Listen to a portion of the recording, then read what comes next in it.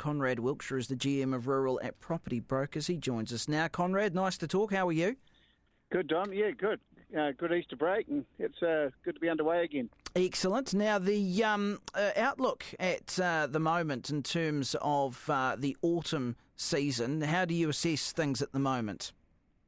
Still very strong. And in fact, we went out with our autumn program of dairy and sheep and beef listings up and down the country, and there's been some really good inquiry on that. And interestingly, it's been a very kind autumn season for most provinces, other than obviously Southland. It's been, very dry, and paradox on the east coast, it's been super wet, which is almost the opposite to what would typically be expected. So they've had a very trying time there on the east coast, Wairoa and Gisborne particularly.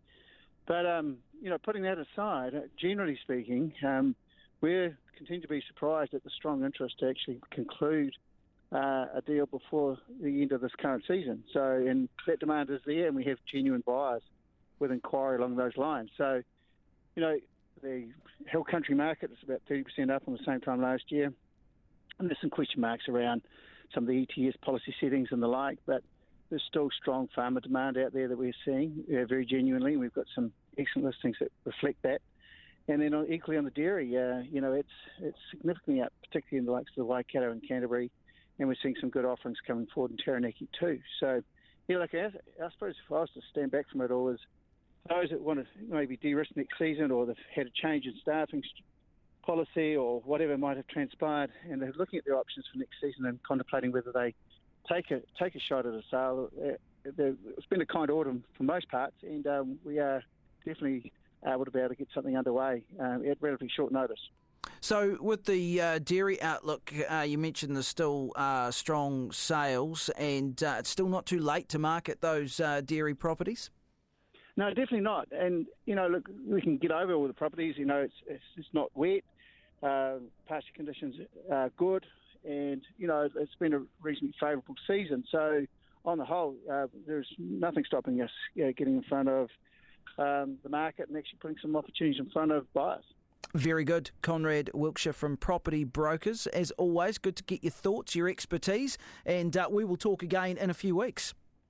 Take care. And, congratulations on what has been a great new show format for you. Oh, well, thank you very much. And it's good to have you a part of it, Conrad. Appreciate it.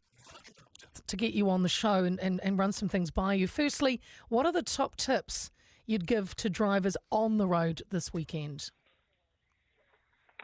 Well, I think the main thing is we all are going to be expecting that there's going to be a lot more people out moving around the country for the long weekend. So probably the first thing I'd say to people is book your trip in advance. So plan it out, give yourself heaps of time to get to your destination. Make sure that you're having regular breaks if you're travelling long distances, because people do get fatigued. And probably the other big thing is just to be patient with other road users. We know the roads are going to be busy. So people will be making mistakes.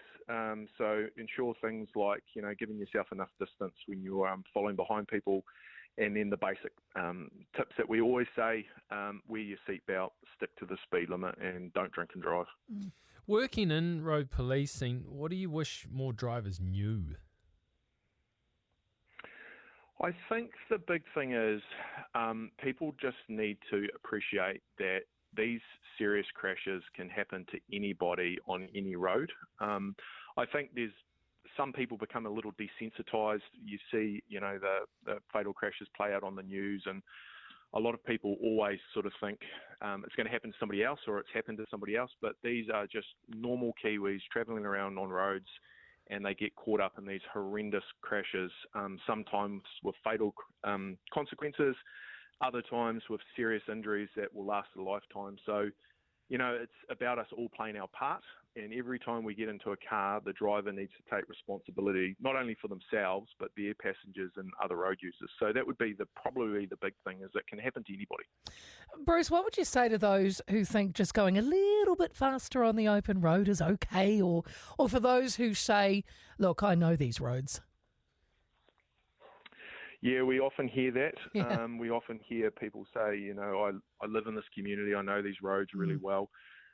What I would say is, look, any extra speed that you are doing on the road can have tragic consequences. Unfortunately, we see it play out sometimes on a daily basis, to be fair. And it is those situations where somebody's gone a little bit quick around a particular corner that they've maybe have driven through multiple times and end up upside down in a ditch, or lose control, cross onto the centre line and collide with an oncoming vehicle. So, look, it's just not worth it. For that extra 30 seconds you might get to your destination quicker, it is not worth putting yourself or other road users or your family that are in the car with you at risk. Why do you think drivers don't follow the rules? I think there's some complacency, Mark. I think people, genuinely make mistakes. The phone will ring in the car, so they pick it up. They're distracted for a couple of seconds, and unfortunately that will end in tragic consequences.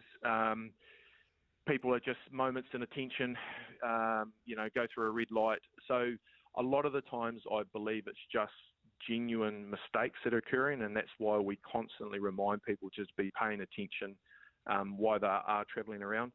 Unfortunately, there are other people that, just decide that they can break the rules, be it, drinking too much alcohol before they're driving, or, driving really dangerously. So I think it's a combination, but I genuinely think most people out on the roads are trying to do the right thing, and it's just about having that conversation with your family and friends about taking basic precautions. If you're going out for a few drinks out with friends and family, well, how are you going to get home? Who's going to be the sober driver? And if that plan falls over, what's your backup plan? Bruce, for our listeners tuning in at the moment, how can they help? How can we all help to be safer on the roads this weekend? Well, I think the big thing is stick to the basic safety messages that we and our partners constantly put out about, wear your seatbelt. As I say, don't drink and drive, stick to the speed limits and put away those distraction devices. If people do that as a starting point, we've got a significant opportunity to not have anybody killed or seriously injured over this weekend or any time. Be patient with each other. Be mindful that the roads are going to be busy, so don't get frustrated. It's not going to make your journey any faster. Take regular breaks and just really enjoy another weekend out across New Zealand and get to your destination safe. Bruce, thank you for your time. That's Bruce O'Brien, their Assistant Commissioner. Most other appliances come with a 2-year warranty, but not Palmco. They stand by their appliances with a 7-year warranty. That's like 1,825 more dishwasher cycles. Quality, affordability, 7-year warranty. Palmco. By Kiwis, for Kiwis. A very special offer from Life Pharmacy this long weekend. Get 15% off top beauty and fragrance brands and 20% off Lancome. Plus earn points every time you shop, in-store and online. Only at Life Pharmacy. Ends Monday.